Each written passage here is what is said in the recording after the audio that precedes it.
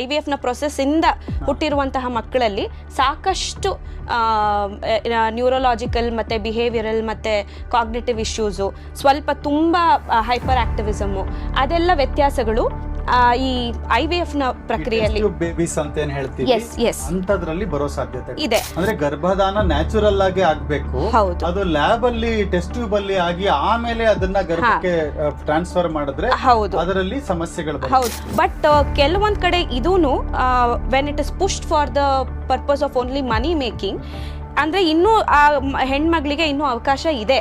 ಈಗ ಸೆಲೆಬ್ರಿಟೀಸ್ ಎಲ್ಲ ಟ್ವಿನ್ಸೇ ಬೇಕು ಅಂತ ಅಂದ್ಬಿಟ್ಟು ಬಹಳಷ್ಟು ದುಡ್ಡು ಖರ್ಚು ಮಾಡಿ IVF ಅಲ್ಲಿ ಮತ್ತೆ they choose the quality of the ಶುಕ್ರ ಶೋಣಿ ಎಲ್ಲ ರಿಪ್ರೊಡಕ್ಟಿವ್ ಸೆಲ್ ಅನ್ನು ಕೂಡ ಹುಡುಕಿ ಬೆಸ್ಟ್ ಕ್ವಾಲಿಟಿ ಅಂತೆಲ್ಲ ಮಾಡಿ ಇವರು ಆರ್ಟಿಫಿಷಿಯಲಿ ನನಗೆ ಟ್ವಿನ್ಸ್ ಆಯ್ತು.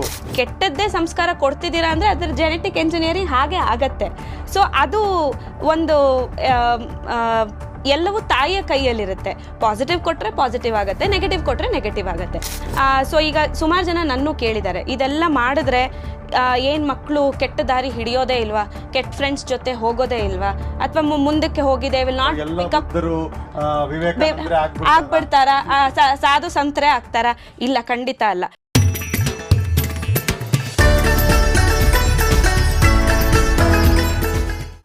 ಇವಾಗ ಮತ್ತೊಂದು ಎಲ್ಲರಿಗೂ ಬರುವಂತಹ ಪ್ರಶ್ನೆ, ಯಾಕಂದ್ರೆ ಸಾಮಾನ್ಯವಾಗಿ ಆಯುರ್ವೇದದಲ್ಲಿ ನಮಗೆ ಸೈಡ್ ಎಫೆಕ್ಟ್ಸ್ ಅನ್ನೋದು ಇಲ್ಲ ಅಂತ, ಇದರದ್ದು ಎಫಿಷಿಯನ್ಸಿ ಎಷ್ಟು ಇರುತ್ತೆ ಅಂತ, ಇದರಿಂದ ಏನಾದರೂ ಕಾಂಟ್ರಾಡಿಕ್ಷನ್ಸ್ ಅಥವಾ ಏನಾದರೂ ಮಿಸ್ಟೇಕ್ಸ್ ಆಗ್ಬೋದಾ? ಇದರಿಂದ ಈಗ ನಾವು ಗರ್ಭ ಸಂಸ್ಕಾರದ್ದೆಲ್ಲ ಫಾಲೋ ಮಾಡ್ತಿದ್ದೀವಿ ಅಂದ್ರೆ ಇದ್ರದ್ದು ಲಿಮಿಟೇಷನ್ಸ್ ಏನಾದರೂ ಇದೆಯಾ? ಓಕೆ, ಸೊ ಲಿಮಿಟೇಷನ್ಸ್ ಅಂತ ತಗೊಂಡಾಗ ಎಕ್ಸ್ಪೆಕ್ಟೇಷನ್ಸ್ ನಾವೇನ್ ಇಟ್ಕೋಬೇಕು ಅಂತ ಅಂದ್ರೆ, ಸಾಮಾನ್ಯವಾಗಿ ನಾವೀಗ ಇದನ್ನ ಈ ಗರ್ಭ ಸಂಸ್ಕಾರ ಅನ್ನೋದು ನೀವೊಂದು ಇಂಜಿನಿಯರಿಂಗ್ ಅಂತ ಹೇಳಿದ್ರಿ, ಜೆನೆಟಿಕ್ ಇಂಜಿನಿಯರ್ಡ್ ಕ್ಯಾರೆಕ್ಟರಿಸ್ಟಿಕ್ಸ್ ನಾವು ಆ ಮಗುನಲ್ಲಿ ತರಬಹುದು ಅಂತ. ಇಂಜಿನಿಯರಿಂಗ್ ಮಾಡುವಾಗ there can be mistakes also. ಹಾಗಾಗಿ ಈಗ ನಮಗೆ ಫೈನಲ್ ಪ್ರಾಡಕ್ಟ್ ವರ್ಕ್ ಆಗುವಾಗ ಈಗ ನಾವು ಜೆನೆಟಿಕಲಿ ಇಂಜಿನಿಯರ್ಡ್ ಕ್ರಾಪ್ಸ್ ನೋಡ್ತೀವಿ, ಅದಕ್ಕೆ ವೈರಸ್ ಬರ್ದೇ ಇರೋ ತರ ಈಲ್ಡ್ ಜಾಸ್ತಿ, ಈಗೆಲ್ಲ ಇಷ್ಟಿಷ್ಟು ದಪ್ಪದ ಗೋವಾ ಬರುತ್ತೆ, ಈ ಸೀಬೆ ಹಣ್ಣು ಅಂತ, ಅದೆಲ್ಲ ಜೆನೆಟಿಕಲಿ ಇಂಜಿನಿಯರ್ಡ್. ಅದು ನೋ ಡೌಟ್ ರುಚಿಯಾಗಿರುತ್ತೆ, ಎಲ್ಲ ಇರುತ್ತೆ. ಆದ್ರೆ ನಾರ್ಮಲ್ ಆಗಿ ನಾವು ಸಾವಯವದಿಂದ ಮಾಡಿರುವಂತಹ ಒರಿಜಿನಲ್ ತಳಿಗಳಲ್ಲಿ ಇರುವಂತಹ ಶಕ್ತಿ ಇರಲ್ಲ, ಆ ರುಚಿನೂ ಎನ್ಹ್ಯಾನ್ಸ್ ಮಾಡಿರ್ತಾರೆ ಇದರಲ್ಲಿ. ಜೆನೆಟಿಕಲಿ ಮಾಡಿಫೈಡ್ ಕ್ರಾಪ್ಸ್ ಅಂತೀವಿ. ಇದು ನಾವು ಮಾಡೋದು ಆ ಥರದ್ದು ಏನಾದರೂ ಈ ಯಾವುದು ನ್ಯಾಚುರಲ್ ಅಲ್ಲ, ಈಗ ಈ ಪ್ರಕ್ರಿಯೆ ಪೂರ್ತಿ ನ್ಯಾಚುರಲ್, ಇದರಲ್ಲಿ ಏನಾದರೂ ಲಿಮಿಟೇಷನ್ಸ್ ಇದೆಯಾ? ಇದರಿಂದ ಏನಾದರೂ ಪ್ರಕೋಪಗಳು, ಬೇರೆ ಥರದ್ದು ಏನಾದರೂ ಎಫೆಕ್ಟ್ಸ್ಗಳಾಗಬಹುದಾ? ಓಕೆ, ಒಂದು ಈ ಥರ ಅಂದರೆ the concept of genetically cultivable ಕ್ರಾಪ್ಸಿಗೂ ಇದಕ್ಕೂ ಸ್ವಲ್ಪ ವ್ಯತ್ಯಾಸ ಬರುತ್ತೆ. ಇಲ್ಲಿ ನಮ್ಗೆ ಯಾವುದೂ ನಕಾರಾತ್ಮಕ ಇನ್ಫ್ಲೂಯೆನ್ಸ್ ಆಗೋದೇ ಇಲ್ಲ. ಎಲ್ಲಿ ಆಗೋದು ನಾನು ನೋಡಿರೋದು ಅಂದರೆ, ಈಗ IVF ಒಂದು ತುಂಬ ಚಾಲ್ತಿಯಲ್ಲಿದೆ. We have seen this in IVF ಏನಂತಾರೆ, IVF ಪ್ರೊಸೆಸ್ಸಿಂದ ಹುಟ್ಟಿರುವಂತಹ ಮಕ್ಕಳಲ್ಲಿ ಸಾಕಷ್ಟು ನ್ಯೂರೋಲಾಜಿಕಲ್ ಮತ್ತು ಬಿಹೇವಿಯರಲ್ ಮತ್ತು ಕಾಗ್ನಿಟಿವ್ ಇಶ್ಯೂಸು, ಸ್ವಲ್ಪ ತುಂಬ ಹೈಪರ್ ಆಕ್ಟಿವಿಸಮು, ಅದೆಲ್ಲ ವ್ಯತ್ಯಾಸಗಳು ಈ IVF ಪ್ರಕ್ರಿಯೆಯಲ್ಲಿ ಬೇಬೀಸ್ ಅಂತ ಏನ್ ಹೇಳ್ತೀವಿ ಅಂತದ್ರಲ್ಲಿ ಬರೋ ಸಾಧ್ಯತೆ ಇದೆ. ಬೆಳಕಿಗೆ ಬರ್ತಿದೆ ಕೂಡ, ಗಮನಕ್ಕೆ ಈಗಲೂ ಲಾರ್ಜ್ ಸ್ಕೇಲ್ ಅಲ್ಲಿ that is also a big study that is happening, ಆಗ್ತಾ ಇದೆ. ಅಂದ್ರೆ ಗರ್ಭಧಾನ ನ್ಯಾಚುರಲ್ ಆಗಿ ಆಗ್ಬೇಕು, ಅದು ಲ್ಯಾಬ್ ಅಲ್ಲಿ ಟೆಸ್ಟ್ ಟ್ಯೂಬ್ ಅಲ್ಲಿ ಆಗಿ ಆಮೇಲೆ ಅದನ್ನ ಗರ್ಭಕ್ಕೆ ಟ್ರಾನ್ಸ್ಫರ್ ಮಾಡಿದ್ರೆ ಅದರಲ್ಲಿ ಸಮಸ್ಯೆಗಳು. ಹೌದು, ಅಂದ್ರೆ in one way it's a boon ಹೇಳ್ಬೋದು. ಈಗ ತುಂಬಾ ನಿಮ್ಗೆ ಹೋಪ್ಸೇ ಇಲ್ಲ ಅನ್ನೋಂಥ ಕೇಸಸ್ ಅಲ್ಲಿ ಇಟ್ಸ್ ಅ ಬೂನ್. ಬಟ್ ಕೆಲವೊಂದ್ ಕಡೆ ಇದೂನು when it is pushed for the purpose of only money making, ಅಂದ್ರೆ ಇನ್ನೂ ಆ ಹೆಣ್ಮಗಳಿಗೆ ಇನ್ನೂ ಅವಕಾಶ ಇದೆ. ಬಟ್ ನನಗೆ ಈಗ ಸೆಲೆಬ್ರಿಟೀಸ್ ಎಲ್ಲ ಟ್ವಿನ್ಸೇ ಬೇಕು ಅಂತ ಅಂದ್ಬಿಟ್ಟು ಬಹಳಷ್ಟು ದುಡ್ಡು ಖರ್ಚು ಮಾಡಿ IVF ಅಲ್ಲಿ ಮತ್ತೆ they choose the quality of the ಶುಕ್ರ ಶೋಣಿ ಎಲ್ಲ ರಿಪ್ರೊಡಕ್ಟಿವ್ ಸೆಲ್ ಅನ್ನು ಕೂಡ ಹುಡುಕಿ ಬೆಸ್ಟ್ ಕ್ವಾಲಿಟಿ ಅಂತೆಲ್ಲ ಮಾಡಿ ಇವರು ಆರ್ಟಿಫಿಷಿಯಲಿ ನನಗೆ ಟ್ವಿನ್ಸ್ ಆಯ್ತು, ತ್ರಿವಳಿಗಳು, ಅವಳಿ ಜವಳಿ ಎಲ್ಲ ತ್ರಿವಳಿಗಳೆಲ್ಲ ಮಾಡುವಂಥದ್ದು ನಾವು ಕೆಲವೆಲ್ಲ ಈ ಹಿಂದಿ ಫಿಲ್ಮ್ ಡೈರೆಕ್ಟರ್ಸ್ಗಳು ಒಂದಷ್ಟು ಜನ ಎಲ್ಲ ಮಾಡಿರೋದಿದೆ, ಅದನ್ನ ನಾವು ನೋಡ್ತೀವಿ.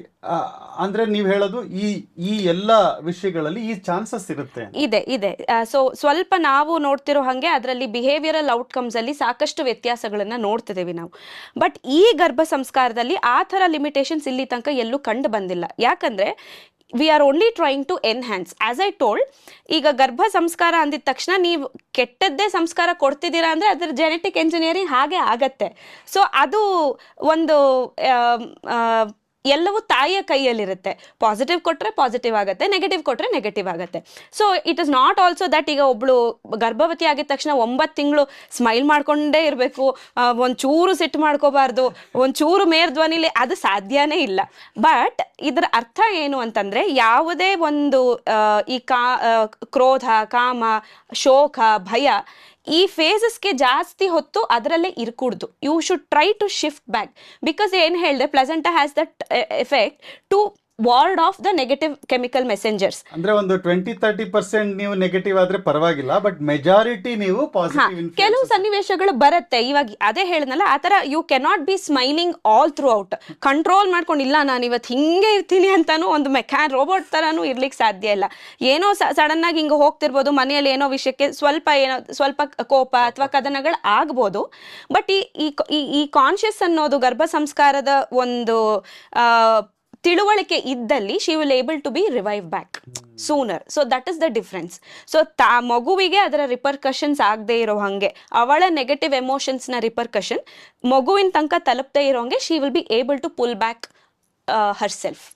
ಅದು ನ್ಯಾಚುರಲ್ ಡಿಫೆನ್ಸ್ ಲೇಯರ್ ಏನಿದೆ ಪ್ಲೆಸೆಂಟಾದಲ್ಲಿ, ಅದನ್ನ ಪ್ರೊಟೆಕ್ಟ್ ಮಾಡ್ಕೊಂಡು ಹೋಗಬಹುದು ಅಂತ. ಹೌದು. ಸೊ ನಾವಿನ್ನೂ we are able to maintain that ಸ್ವಲ್ಪ ಅಂದ್ರೆ 100% ಎಲ್ಲಾನು ನಾವು ಫಾಲೋ ಮಾಡಕ್ಕಾಗಲ್ಲ. ಈಗ ಎಷ್ಟು ಫಾಲೋ ಮಾಡಿದ್ರೆ ಎಷ್ಟು ಎಫೆಕ್ಟ್ ಬರ್ಬೋದು, ಆ ಥರದ್ದು ಏನಾದ್ರು ನಿಮ್ಮ ಅಂದ್ರೆ ಅದೇ ಒಂದೊಂದಕ್ಕೂ ಅದರದ್ದು ಏನಂತಾರೆ ದ ಮ್ಯಾಗ್ನಿಟ್ಯೂಡ್ ಅಲ್ಲಿ ಹೋಗುತ್ತೆ. ಈಗ ಕೆಲವರು ಇದಕ್ಕೆ ತುಂಬ ಟೈಮ್ ಡೆಡಿಕೇಟ್ ಮಾಡ್ಬೋದು ಅಂದರೆ ಖಂಡಿತವಾಗಿಯೂ ಇದರ ರಿಪರ್ಕಷನ್ಸ್ ನಾವು ಲೇಟರ್ ಸ್ಟೇಜಸ್ ಅಲ್ಲಿ ನೋಡ್ತೀವಿ. ಸೊ ಈಗ ಸುಮಾರು ಜನ ನನ್ನೂ ಕೇಳಿದ್ದಾರೆ, ಇದೆಲ್ಲ ಮಾಡಿದ್ರೆ ಏನು ಮಕ್ಕಳು ಕೆಟ್ಟ ದಾರಿ ಹಿಡಿಯೋದೇ ಇಲ್ವಾ, ಕೆಟ್ಟ ಫ್ರೆಂಡ್ಸ್ ಜೊತೆ ಹೋಗೋದೇ ಇಲ್ವಾ, ಅಥವಾ ಮುಂದಕ್ಕೆ ಹೋಗಿದೆ ವಿಲ್ ನಾಟ್ ಆಗ್ಬಿಡ್ತಾರ, ಸಾಧು ಸಂತರೇ ಆಗ್ತಾರ? ಇಲ್ಲ, ಖಂಡಿತ ಅಲ್ಲ. ಏನು ಮಕ್ಕಳು ಚಿಕ್ಕ ವಯಸ್ಸಲ್ಲಿ ಹಠಾನೇ ಮಾಡಲ್ವಾ, ತೆಪ್ಪು ಒಂದೇ ಕಡೆ ಕೂತಿರ್ತಾರ ಗರ್ಭ ಸಂಸ್ಕಾರ ಮಾಡಿದ ತಕ್ಷಣ? ಅಲ್ಲ, ಎಲ್ಲ ಫೇಸಸ್ ಅಲ್ಲೂ ಆ ಸಹಜ ಕ್ರಿಯೆಗಳು ಆಗತ್ತೆ.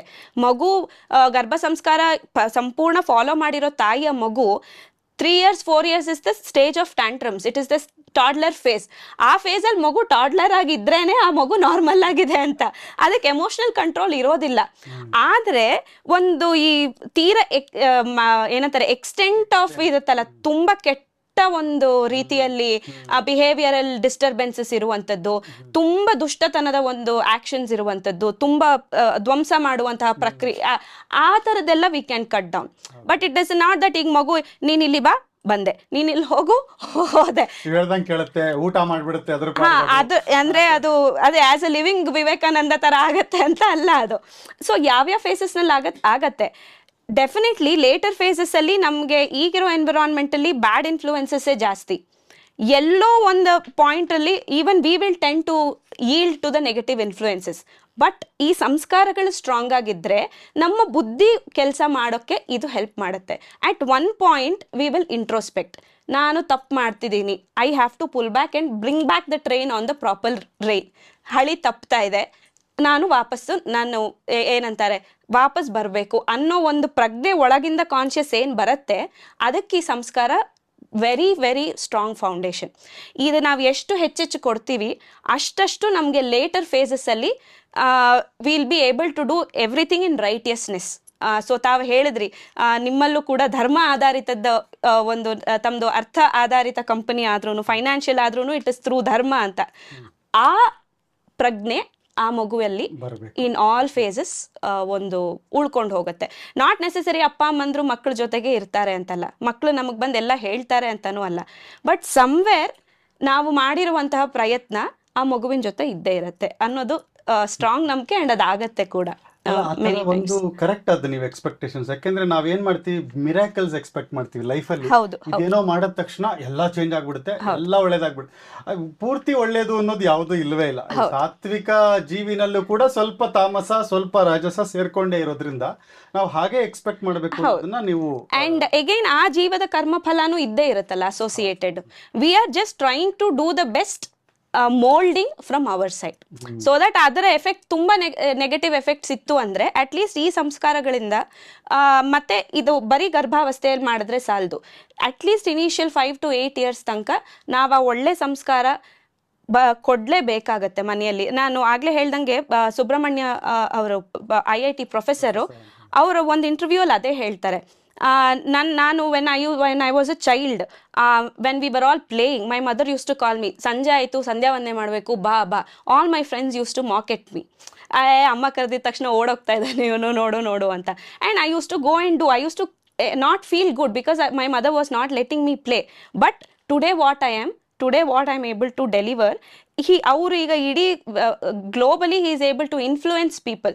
ಅವ್ರು ಹೇಳ್ತಾರೆ I am able to do that because my mother made me do that, or because my family, ನನ್ನ ಒಂದು ಪರಿಸರ ಹಾಗಿತ್ತು 8ನೇ ವರ್ಷದ ತನಕ.